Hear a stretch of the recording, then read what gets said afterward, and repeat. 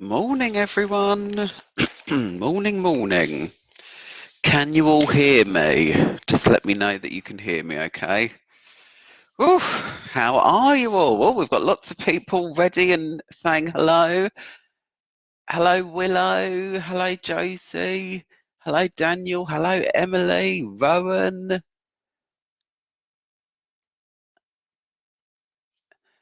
Oh, Willow's been practicing her two-ball juggling. Do you know what? I still can't juggle. It's something in life that has escaped me. And recommends the faraway tree. Oh, that's good. Willow recommends the faraway tree. If anyone else has got any book recommendations, let us know. I have brought some books along to share with you today, this morning, when we get started. So I'll share some of them. Yes, but if anyone's got any book recommendations, please do let us know. Hello, Noah. It's turned very cold, hasn't it? Last week I was out gallivanting in my shorts and t-shirt. And this week I'm wrapped up and cold. Not good. Hello, Mum and Dad. Oh, Oscar's just come in. Do you want to say hello? Okay, all right. Come and say hello then. Oh, all right. Good boy. Whoa. Here he is. Here's the main star of the show. You still don't know where to look, do you, when all of this is going on? Oscar is fine. He's been having to wear the cone a lot recently because he keeps chewing at his skin, and it's getting sore. So at night he has to wear his special cone, but he doesn't seem to mind too much. And his skin's getting a lot better. Oh, he's off. That's your lot, I'm afraid. Hello. Oh, you're just going to sit at my feet, are you? We'll start and we'll just wait for a few more minutes.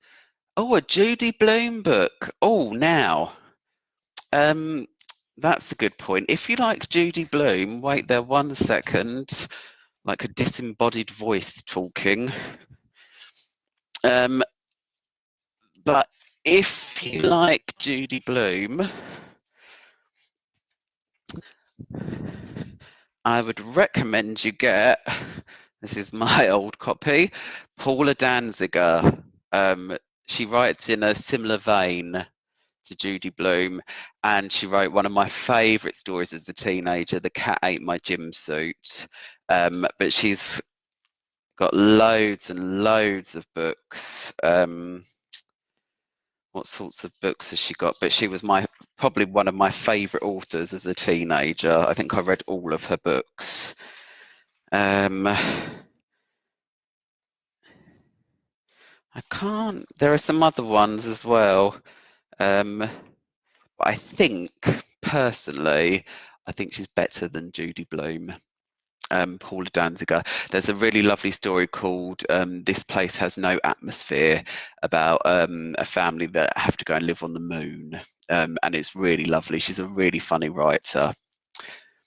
Hi from the year 3 and 4 children at Flake Fleet Primary School. Wow, hello all of you. Hello, how are you? Are you having fun in school? Oh, we've got another recommendation, Mr. Gum as well. Brilliant. So I will just crack on with my recommendations then.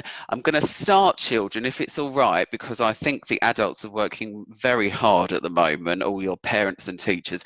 I'm going to start with a recommendation for the adults. So I love this series. It's called Agatha Raisin. My mum likes this series as well. I think we've got the box set. They did film it on TV and try to make a TV program out of it, but it wasn't very good. But the books, there are loads in the series, and they're really good fun, easy reading. They're a bit like sort of like Midsummer Murders in a book, I suppose, but very, very witty, very easy reading. So adults, parents, teachers, if you get a minute to read in amongst all the chaos, I recommend these books. They're great fun, really sort of good fun, whodunit. So what other books have we got now? Because we're doing some poetry today, linked to Sue Hardy Dawson, I thought I'd share with you some poetry books that are fantastic. This is one of my favourite poetry books in the last few years, A Kid in My Class by Rachel Varney and Chris Riddell. And it follows every type of child you could imagine in a class. So cool, the copycat child, the best friender, all sorts of children, the tough kid, all sorts of children that you might find in a class, and they're really, really great poems. So I would recommend that if you want to explore your poetry options. Another one, and there's a second book coming out about mums, but The Dictionary of Dads by Justin Coe is really great, and it's illustrated by Steve Wells. And that has got every kind of dad you could imagine: giant dad, grinning dad, hard-working dad, He-Man dad, nursery rhyme dad, pirate dad, Yetzi dad, Zen dad. So that's got lots of different poems in there, and that's really good fun. And my last recommendation for you is a new one out. It came out about a month ago. Is by Josh Siegel, Welcome to My Crazy Life. Really great poems. And Joshua Siegel won the Lolly Award, which is the Laugh Out Loud Funny Awards, for one of his poetry books, and he's great, and he's actually written some special poems for us in the Reading Realm app, the next one, the Poetry app, so you could have a go at that one as well. So some different poetry books there. Okay, have a go at those. Now, we have got a special poem today by a children's poet called Sue Hardy Dawson. You might know of her. Her newest book out, I will just show you the front cover. Her newest book out is called, I'll get you a picture up. If I Were Other Than Myself. And that's the front cover. Lots of lovely, lovely poems about nature, about exploring the outside world. And the interesting thing about Sue Hardy Dawson is that she illustrates her poetry books as well. You might have read, children, you might know this one, another book that she wrote called Where Zebras Go. And I'll just show you the front cover to that as well. That's her book, Where Zebras Go. And she's also written, if you're a fan of shape poems, she has written, along with Liz Brownlee and Roger Stevens, a poetry book called Apes to Zebras, which is really good.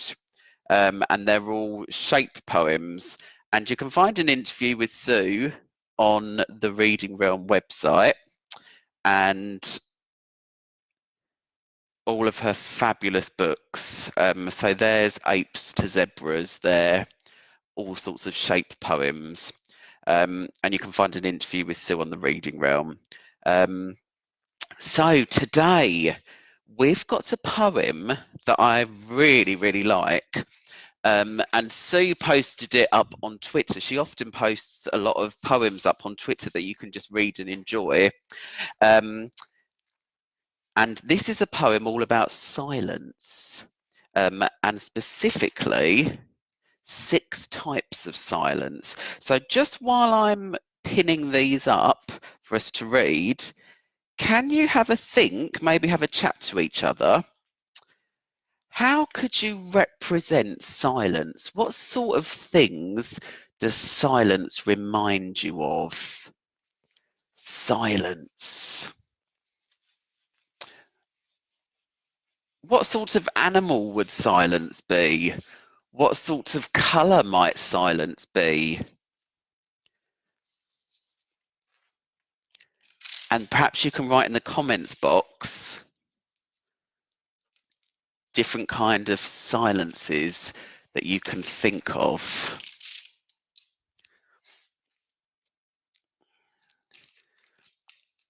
While I just stick this poem up, not particularly technologically wonderful today, but we're doing the best we've got with what we've got. So, how could you represent silence? A colour? What would it look like? An animal? Let's see, what sort of ideas have we got? Oh, silence is white. That's interesting, isn't it? Silence is white, the idea of nothingness. What other colours might silence be? Have a think. Or animals, maybe? Let's have a look. What have we got? Peacefulness. The silence when you read a book. Silent is a desert. Yes, brilliant. So this is Sue's lovely poem called 6 Kinds of Silence, and it goes like this. Quieter than fallen leaves, empty gardens are ghosts where no child's been. Windows dream of faces, and doors have forgotten long goodbyes or widening to welcome. The shades of unwatched clouds hang over vacant hills, staring at roads, endlessly waiting. That's a good one. That's really good. Different kinds of silences. Shall we just try reading this first bit here, the first 3 lines? Quieter than fallen leaves, empty gardens are ghosts where no child's been. How do you think we should read that? Do you think we should read it slowly? Do you think we should read it quickly? Do you think we should whisper it? Do you think we should say it loudly? How might we read those first 3 lines? Let's have a think, shall we? What do you think? It is a really good poem, isn't it? But how should we read it? Loudly? Quieter than fallen leaves? Crossly? Angrily? Slowly, calmly? How should we read that? When we're performing poems, we have to take all of these things into consideration. So reading it slowly, okay, great. There's this lovely here, gardens are ghosts. That sort of whispering sound. Gardens are ghosts. Isn't there? It does invite us to read it slowly, slowly and quietly. So let's just have a look at those first 3 lines then. Quieter than fallen leaves, empty gardens are ghosts where no child's been. Can you have a go at doing that? So you can either read it in a group, you could read it to a partner or say it out loud on your own. Okay, let's do it then after 3. 1, 2, 3. Quieter than fallen leaves, empty gardens are ghosts where no child's been. Shall we carry on? Windows dream of faces, and doors have forgotten long goodbyes or widening to welcome. The shades of unwatched clouds hang over vacant hills, staring at roads, endlessly waiting. There's lots of S's in the end, isn't there? The shades of unwatched clouds hang over vacant hills, staring at roads, endlessly waiting. There's a couple of things I think that we can look at that make this poem particularly successful. One image that I really liked and that I had to think about was, doors widening to welcome. What do you think that means? Doors widening to welcome.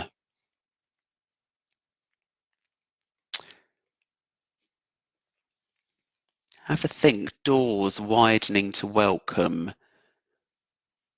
And they've forgotten long goodbyes, or widening to welcome. What's happening when they're widening to welcome? That's right. If you thought, they're widening, they're opening. We open a door when we're welcoming someone in, don't we? So we get this idea that everything's stopped. The gardens are empty.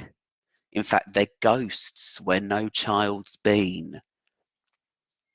And we get this, perhaps we get the idea here of this sort of abandoned house, maybe. Windows dream of faces. Maybe faces pressed against the window looking in. And the doors have forgotten long goodbyes or widening to welcome. What do we call this here? Does anyone know when we describe objects and give them a human quality? What do we call that? The doors have forgotten. Doors can't really forget, can they? What do we call that? It begins with a P.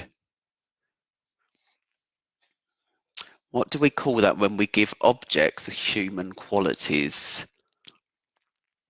See if you can get it and write it in the comments box, perhaps, while I have a little sip of water.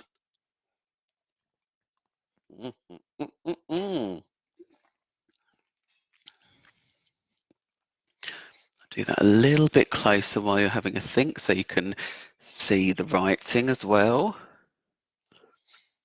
What do we call that? Are there any children that know what we call that when we have objects and we give them human qualities? That's right, personification. So, personification there.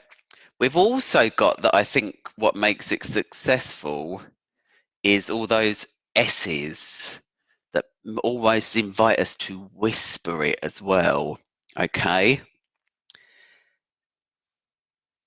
The other thing that's quite interesting, you'll notice, what do you notice at the end of the lines?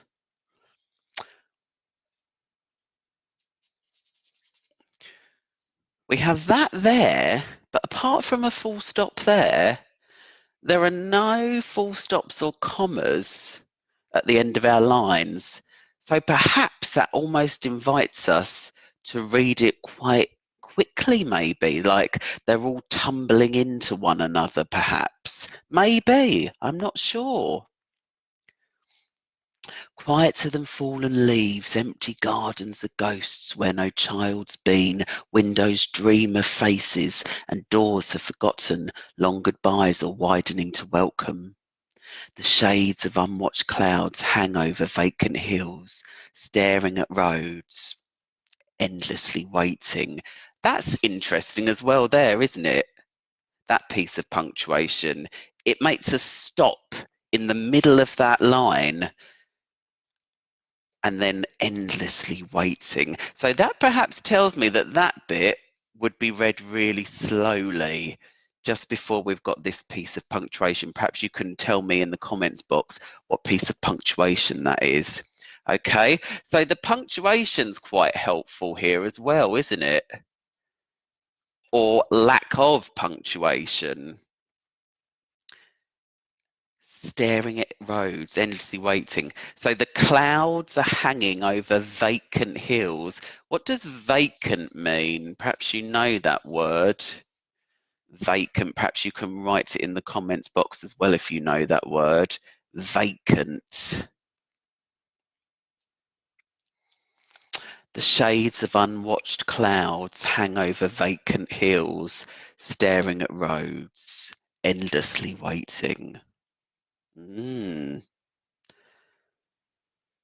Are the hills endlessly waiting? Are the clouds endlessly waiting? What are they waiting for? We're ending on a bit of a mystery there as well, aren't we? And it's interesting that the clouds are unwatched.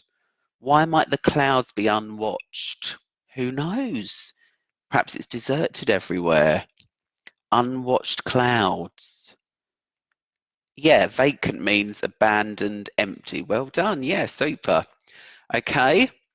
So I wonder if we can have a go at thinking about our own ideas for silence.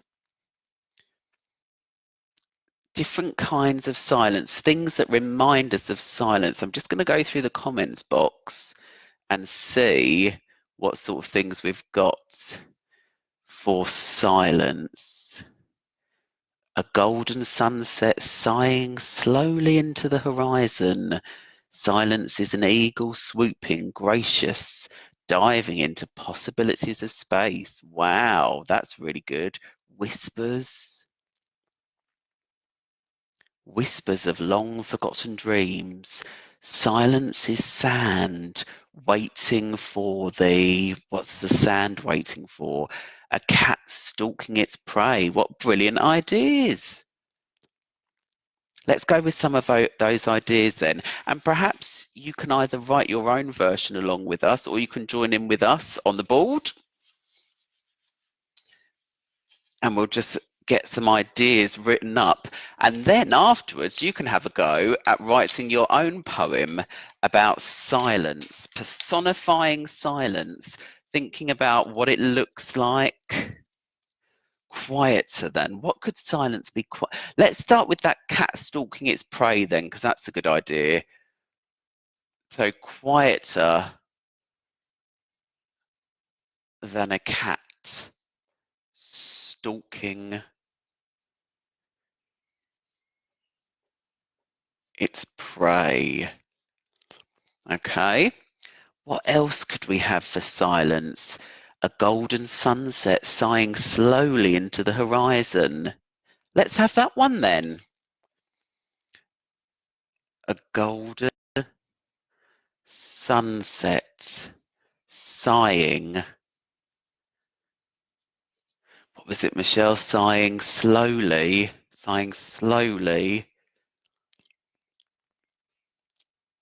into the horizon. What else could we have for silence? Have we got any other ideas? Sand waiting to be found. A golden sunset sighing slowly into the horizon. Why don't we now, do you see where Sue's put windows dream of faces? Why don't we use Mel's idea then of sand and have sand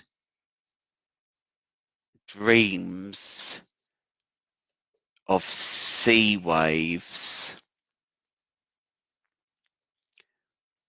waiting to be found? Yeah. And then we have that personification there as well, don't we? That the sand is dreaming of sea waves, a still lake, beauty, an undiscovered cave. Yes, you also always think of the cave and sort of the stalactites and the stalagmites surrounding it, and those sort of silent, not silent, but those very quiet drips, don't we? So an undiscovered cave. An undiscovered cave. I wonder what an undiscovered cave might remember. Remembering, what might an undiscovered cave remember? Remember being carved by the wind and the rain? Or it might remember ancient ancestors from long ago, perhaps. Perhaps it was used in the Stone Age or something like that. So have a think what some of these objects, some of these things in nature, what might they remember? What might they be longing for? Why might they be so silent? Okay, maybe in our undiscovered cave, something really bad happened. Okay, maybe something spooky or bad or sad happened in there, and the cave is silence is an undiscovered cave, new and old to all. Yes, that's a good one. The silent. There's an undiscovered cave, new and old to all. What might it be remembering? An undiscovered cave, remembering ancient ancestors from long ago, or the animals sort of snuffling and crawling around in this cave as well. Yes, or it might be remembering ancient dreams. Remembers a hurricane swooping in. Let's have that then as its male sentence. An undiscovered cave remembering, I'm going to say that hurricane. That hurricane swooping in. And it's interesting there that that changes the meaning of our sentence a little bit, doesn't it? If I said an undiscovered cave remembering a hurricane swooping in, it's not quite as personal, is it? But if I say an undiscovered cave remembering that hurricane swooping in, it's almost like we're talking from the cave's point of view there. So it's really, really good to think about whether you're going to say a cave, a hurricane, the hurricane, that hurricane, that sort of thing. Okay, but you can have all sorts of things there. The shades of unwatched clouds hang over vacant hills, staring at roads, endlessly waiting. Shall we end with something then that's endlessly waiting, and we can use that bit of advanced punctuation there? So what might be very quiet but be endlessly waiting? Something that's very quiet but endlessly waiting. And all I'm going to do is just take that off there for now and pop that there, if that's okay with everyone. Can you, hopefully you can still see that, and then I'll just carry on writing here. So what might be endlessly waiting? In Sue's poem, we've got clouds hanging over vacant hills. We could even use that word vacant. Being a home. Oh, it might be something like being a home and endlessly waiting for visitors, maybe. That might be a good one to do. What else have we got? Oh, for the cave, yeah. And we might also have our house now. Vacant houses staring out at roads, endlessly waiting for visitors, for example. We could have something like that, couldn't we? So should we go with those ideas then? The lonely house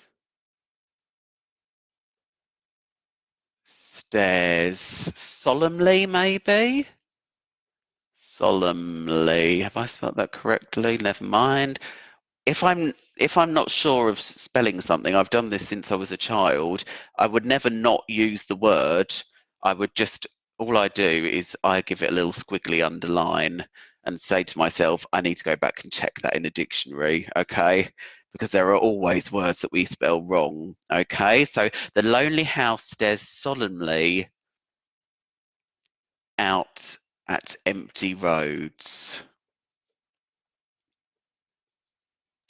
And then we've got that piece of punctuation, and we're going to have, I'm going to use that endlessly waiting. And it could be endlessly waiting for visitors, for family, for all sorts of things.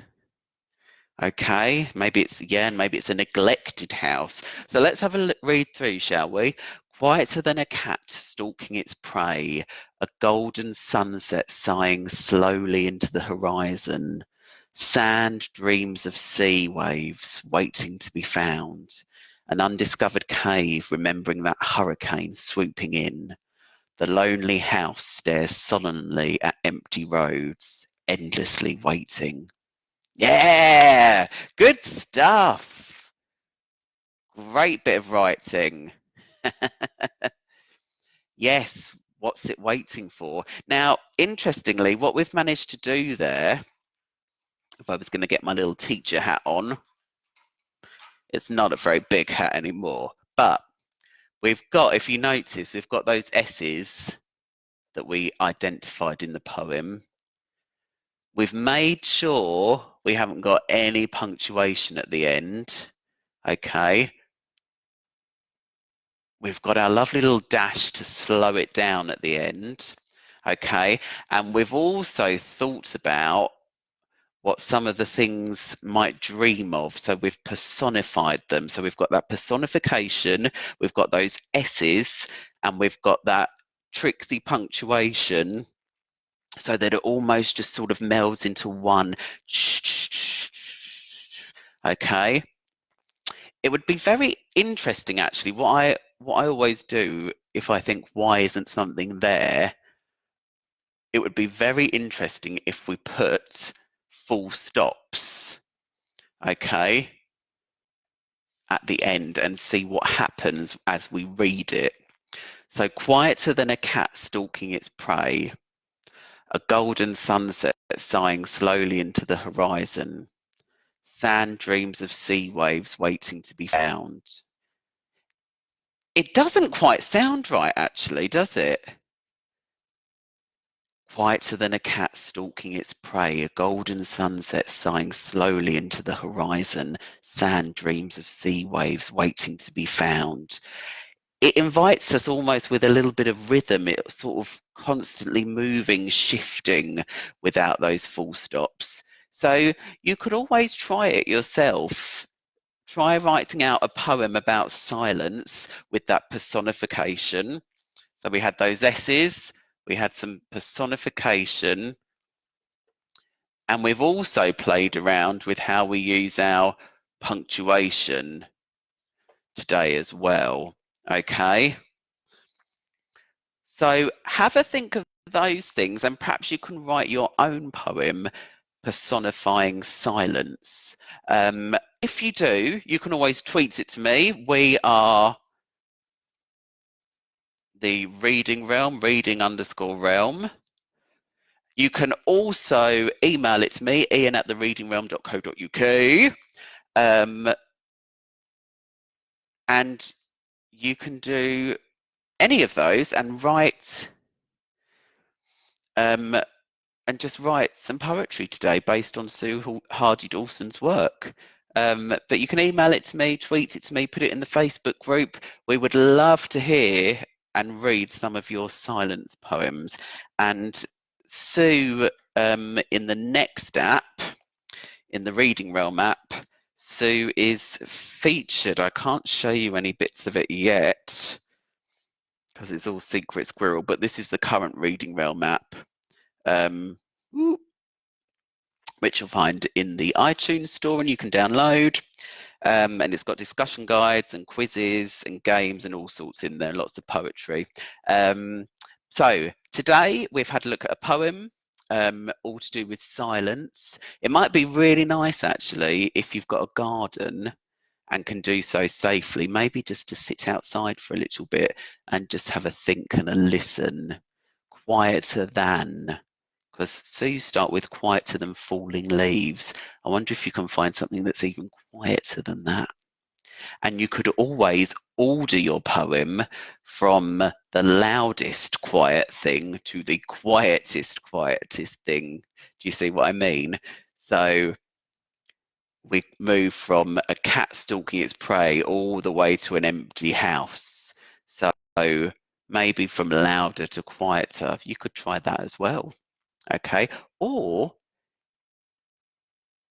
you could have a go at writing one about like noise and loud noises. Okay, maybe it might be a volcano erupting angrily and other sort of loud noises, okay, that you could think of, a crowd cheering and jeering.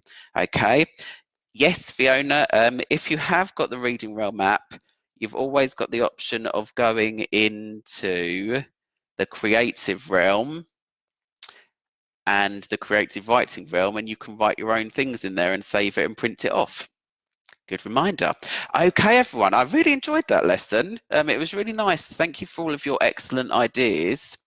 Look forward to reading your poems, and we will see you on Thursday for our quiz of the week.